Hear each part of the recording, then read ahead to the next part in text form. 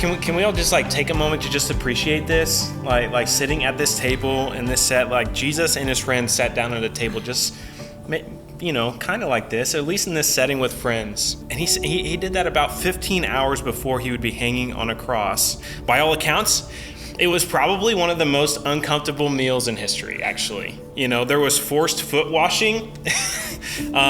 He straight up called out multiple of his friends. One of them actually got up and left the room with an empty seat at the table, and then that seat was just empty. And then to top it off, he said, I'm going somewhere, and where I'm going, you can't follow.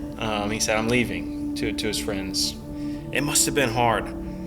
But Jesus had a purpose that night, and he pursued that purpose with a passion. And so he sat down. He sat down with his friends and had a meal. And that's what we're here to talk about. We're here to talk about passion today.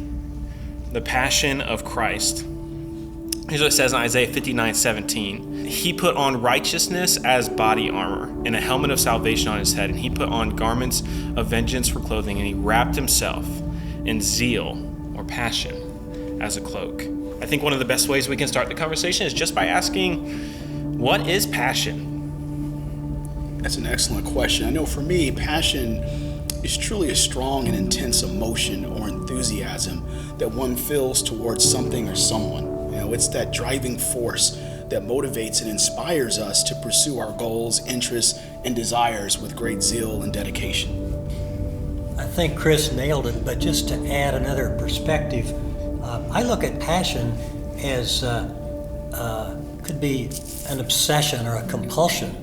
And what comes to my old mind is a 14-year-old boy, his first love, and he obsesses. He thinks about that girl every minute of the day.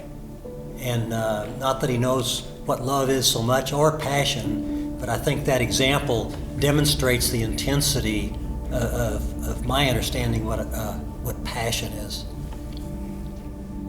I love that. I think it's so well said that passion is intense. I don't know if anyone has added the word fervor, but I've always liked the word fervor and the adjective form fervent. If someone is fervent about what they're feeling, then that has become a passion for them.